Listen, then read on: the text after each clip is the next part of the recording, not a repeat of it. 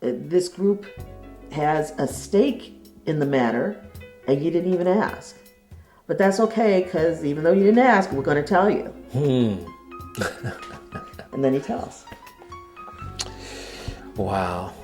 Now, you've been the business person as you are. How do you think that will benefit the community?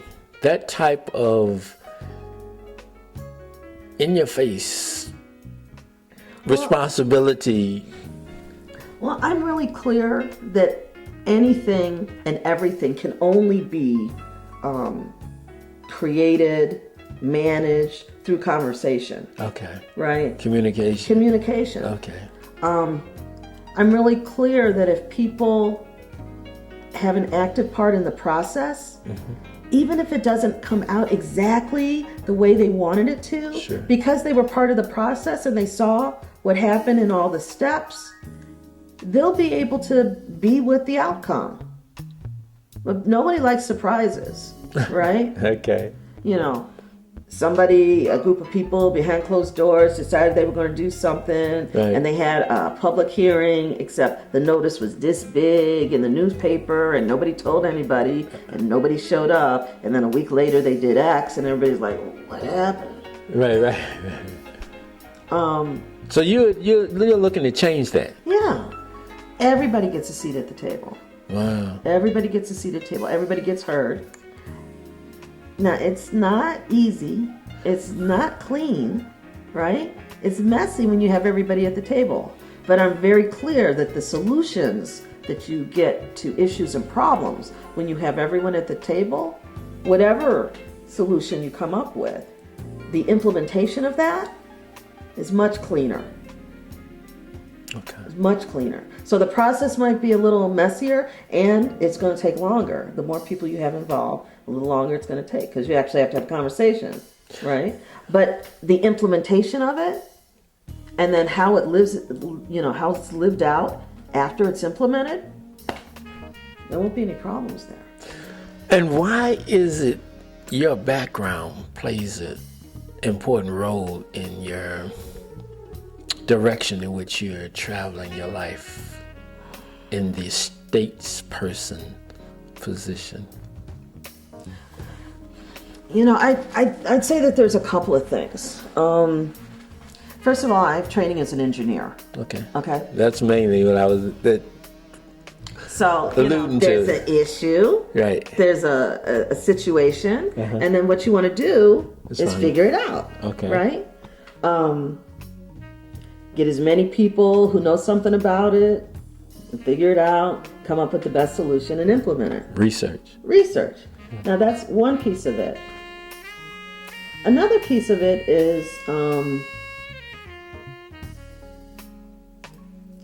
looking for people to tell the truth. Integrity. It would be nice.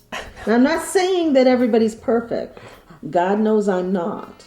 But, I can work with and can make decisions based on what you tell me. Mm-hmm. So if you tell me, I have no intention of doing that, or I'm not for that, okay, or then I can act accordingly. But if you say X, and so then I'm basing what I'm doing off of you saying X, and then you go do Y. Yeah. How am I supposed to plan? If you tell me that, Social Security ain't gonna be here and we're about to dismantle the whole thing, if I'm young enough, I've got time to make some changes. Sure. Right? But, if I'm 65 and you're telling me we're gonna get rid of Social Security tomorrow, and that was the plan that I had paid into, and that's what, I don't. So you're at the point, and let me just say this: perfection, preparation, and opportunity meets. Yes. Perfection. So you have prepared your life for engaging strategically in corporate affairs for a long time. Mm-hmm. Now you're capable of using that same sense of engagement for your social world. So I would very much say that you are perfectly disposition because you prepared yourself and the opportunity has presented itself. And in a lot of cases, you are looking for the opportunity. So you are in search of newness, of differences. You're perfect. And we have to be able to give each other that type of recognition for the work that we have to do. Because to be able to get that many people together on an issue in a city as Atlanta is, that takes tolerance, it takes firmness, it takes nurturing, it takes all the elements that hasn't been done. Well, I think people, everyone, is ready for a new framework of engagement. Got it. The idea of participatory government, Right. participatory governance, the people truly get to say. I think we realize that we can't leave it to the experts to do what they say they're going to do, how they say they're going to do it, and everything will be okay. Because we did that with the whole, real estate thing, and the mortgage thing, and the banking thing, and the financial thing. And things just got thanged up.